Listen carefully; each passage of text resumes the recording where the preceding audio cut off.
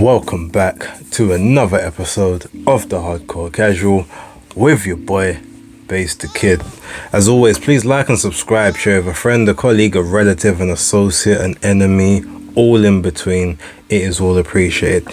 Now, apologies, last week, there wasn't much content on the channel besides obviously Bass's picks and the weekend wrap.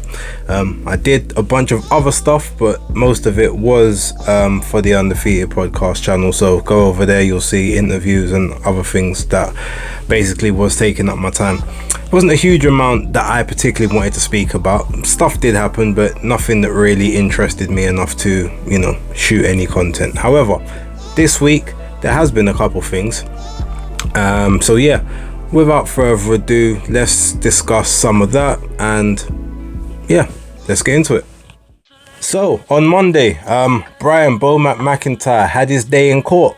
As we know, he was charged with bringing illegal items into the country, as well as illegal additions to the item, shall we say, just to not trip any algorithms. Now, he was given a 20-month suspended sentence because he did plead guilty to the charge, and I think that carries a 25% reduction.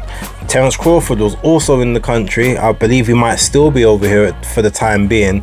He gave character witnesses towards BoMac in the prison, a few other people as well, from what I've heard, and I'm guessing they've also said there was mitigating circumstances as to, I guess, why he had it in the first place. Now, maybe it will be a case of he's pled it was strictly protection based on the last time he came here. He was, accosted, I'm assuming, at item point, at Blicky point, if you want to say that.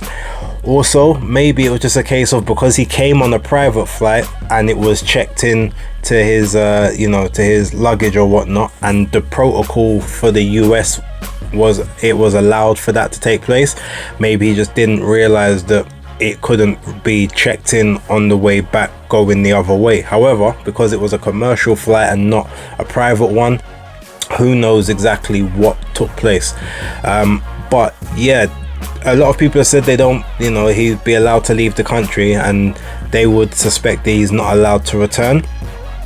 I don't know how true that would be, purely because usually when you're excommunicated from a country, it's because you've served a term elsewhere and then they don't allow you in. But I don't know necessarily that they would give you a suspended sentence for this country, but then not give you the opportunity to potentially have to carry out. So if you've got a 20-month suspended sentence and then they ban you from coming back to the country, it doesn't transfer over to the US or to Canada or anywhere else. It's only for this country. It would make sense to me that he would be allowed to return for work purposes, with the right paperwork and the right visas, the right security checks prior to returning to the country. But I don't think he would be, sort of excommunicated and exiled from coming back over when you've still got a sentence that you potentially have to serve. I'm not sure exactly how it works. That's my kind of take on it. But he's a very lucky guy. Obviously with the charges that he had, it's hard to kind of give sympathy, because I guess if it was someone that wasn't BoMac, we probably wouldn't be looking favorably on that, and the whole free BoMac movement necessarily probably wouldn't be taking place. But those are the benefits of fame, I suppose, and that's probably also the benefit of having people with money around you and even having money yourself. But at least it means that Terence Crawford still got his training team around him for when he decides to get back active in the ring, and potentially, I guess, Chris Eubank Jr. also now has his trainer and his coach with him for whenever he's ready to get back in the ring. But all good. Just hope he learns from it and we don't have a repeat situation, and he can keep his nose clean for, I guess, the rest of his career. We'll find out.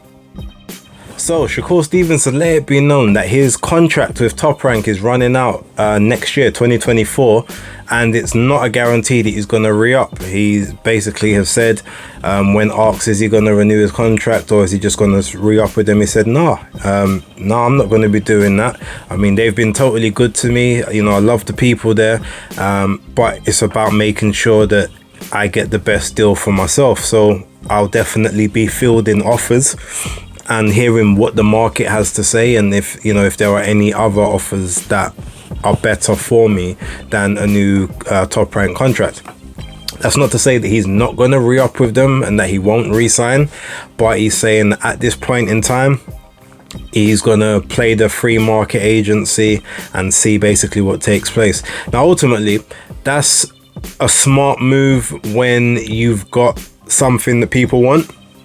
For instance, Devin Haney became a free agent so that he could sign with the necessary parties to make Undisputed happen. And the fact he had a belt, I guess gave him a little bit of attractability, we should say, in terms of, promoters. But Shakur obviously will also have a belt there, so maybe he can use that into a way to parlay into unifications or to do fight-by-fight deals, which I believe is what Devin Haney is looking to do moving forward. Obviously had to sign the free fight deal with Top Rank in order to get the Kambosos fights for Undisputed, but with Matchroom he's on a one fight deal plus matching rights after that.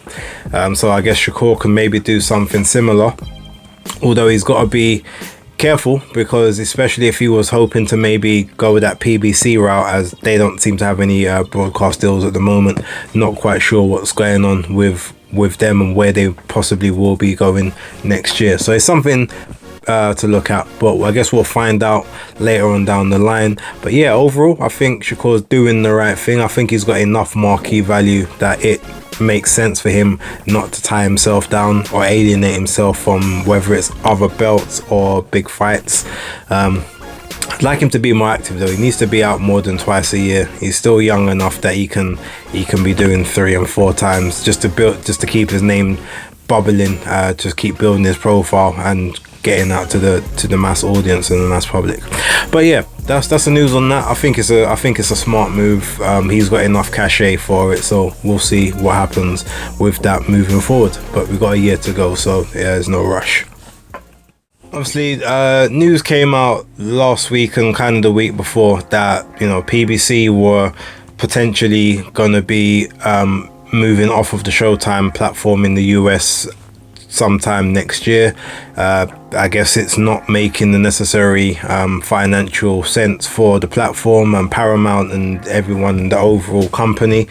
But they've been looking supposedly for new suitors, and from the information that's been out there, they are primarily either looking at DAZN or Amazon Prime as a new home.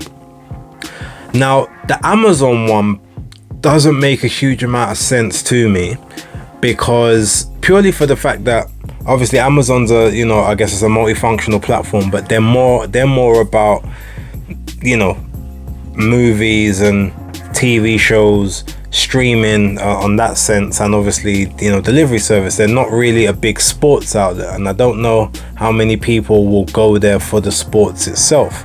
That being said, they do have a big market, and obviously they do have some Premier League football and stuff, so they do have some part of sports platform, and I guess it would be a brilliant move, because most people at this point have Amazon Prime, especially for the delivery purposes. But I'm concerned if they was to go there, then they would almost be like another financial hub. A lot of things wouldn't be subscription. It wouldn't be a part of your $8.99 or whatever. It would be an add-on, like an additional $5.99, like you have to pay for stars, and sort of those other areas that sit within the Amazon Prime platform. I don't think it would come with the subscription, so it would just be like another place. But it would be like another place to be an island to yourself, whereby again you don't and do any cross promotional business with any other platforms, any other promotional outfits. It just seems like it's another way to be, I guess, on the island. Now, that being said, I don't know if Amazon will do that. I mean, look, Jeff Bezos doesn't strike me as a frugal guy, but he also doesn't strike me as a guy that's willing to throw money away. At this point in time, boxing doesn't seem to be in a place where it can make profits like show upon show. Hence, I guess the reason why the Showtime situation is probably not where it needs to be. And also, I guess all you really have to do, if you follow the track record, I guess, of Al Heyman and PBC, every place they go seem to have hemorrhaged money, and they have, assets that they use in order to get new shows. I'm assuming, you get someone like Tank Davis, maybe Errol Spence, the Charlos, and maybe you have some other people that you can leverage, but they don't ever seem to be somewhere and that place keeps them on and they've made money. Like, I think they've been on Spike over in the States. Obviously Showtime, Fox didn't re-up and renew with them. I think they might have been on CBS at one point. And I'm sure there's some other channels. I don't know all of the US channels, like, forgive me. So but it just seems that wherever they go, they don't stay there for very long. And I'm sure when you look at that as a model, you say, well, why don't they stay there? What's the figures? Like, show us your figures in the last 10, 20 years or whatever it would be. Are they making profit year on year? Are they making losses year on year? Like, what's the turnover? And I think that would be what would determine whether Amazon will take them on or not. Because if they don't see them as adding overall value, then I don't know if it would work. Ultimately, I would assume most people that have that had Showtime or watch PBC already have Amazon accounts. So it's not like you gain a whole new bunch of subscriptions month for month. I don't think it would be that different to where it is already. So I'm not sure if the numbers would work out. It may make more sense for them to look at DAZN in that space. Now, obviously, look, DAZN, I guess maybe they might have the monopoly. They'd have a PBC, they'd have Matchroom, they'd have Golden Boy Promotions. Potentially, they've got some of those other smaller brands like OTX as well, Overtime Boxing, and sort of those other little smaller margins. Some Wasserman shows as well, and obviously the Misfit stuff. So they have they're a sports hub, so it would kind of make sense to go on the sports platform. It then might boost up subscriptions from, I guess, the PBC and Showtime people that hated DAZN because there was the rivalry between the two companies before. And ultimately it means that the people on DAZN get even more content, even more abilities to have big fights made, cross promotionally, without the necessary red tape of this side of the street, that side of the street. It will all be, the promoters will have to work together because DAZN primarily would mandate it as and when required, as I think they do sometimes with Eddie Hearn and Oscar De La Hoya. So yeah, I mean, look, it might sound like, oh, look, he likes DAZN, whatever. Yeah, but ultimately I've got both. I've got DAZN and I've got Amazon. I just have a feeling that if they went onto Amazon, they'd be an additional add-on on top, as opposed to a part of the subscription. Yeah, obviously the pay-per-view thing's gonna be there, but we understand that that's just what it is at this point. Like, we just have to accept that that's gonna happen. And while we can protest certain matches being put on pay-per-view, like, once we understand it's there, so obviously if we can all sort of band together and denounce pay-per-views that aren't pay-per-view quality, aren't with two big stars, or aren't with like the mega fights, then hopefully we can get the game back in a better place. And if it can help regulate, if everyone is all under the same platform as well, it can also try and help regulate some of the exorbitant amounts of money that some fighters are getting paid for taking nothing fights, which is then stopping them from, I guess, taking the necessary fights, because the money is equal to or slightly better than for a harder work than obviously what it would be for like tune-ups and touch-ups and stuff, which is not what we want. So look, overall, wherever they go, I'll if I'm able to access it in the UK, I will do, but to me just makes more sense to have as many of the different promotions under the same platform. And you know, with DAZN being a sports platform, it just makes more sense for them to be on DAZN. That's my personal opinion, but let me know yours in the comments. If I'm wrong, cool, no worries. I'm gonna leave it there. I'm gonna have more content just to let you guys know. Tomorrow on the channel I will have an exclusive interview with Jaya Patel. I'll talk a bit more about that possibly later on, but for now, thank you very much for watching. Make sure you do like and subscribe, share with friends and everyone else. Thank you for watching. That's the Hardcore Casual out.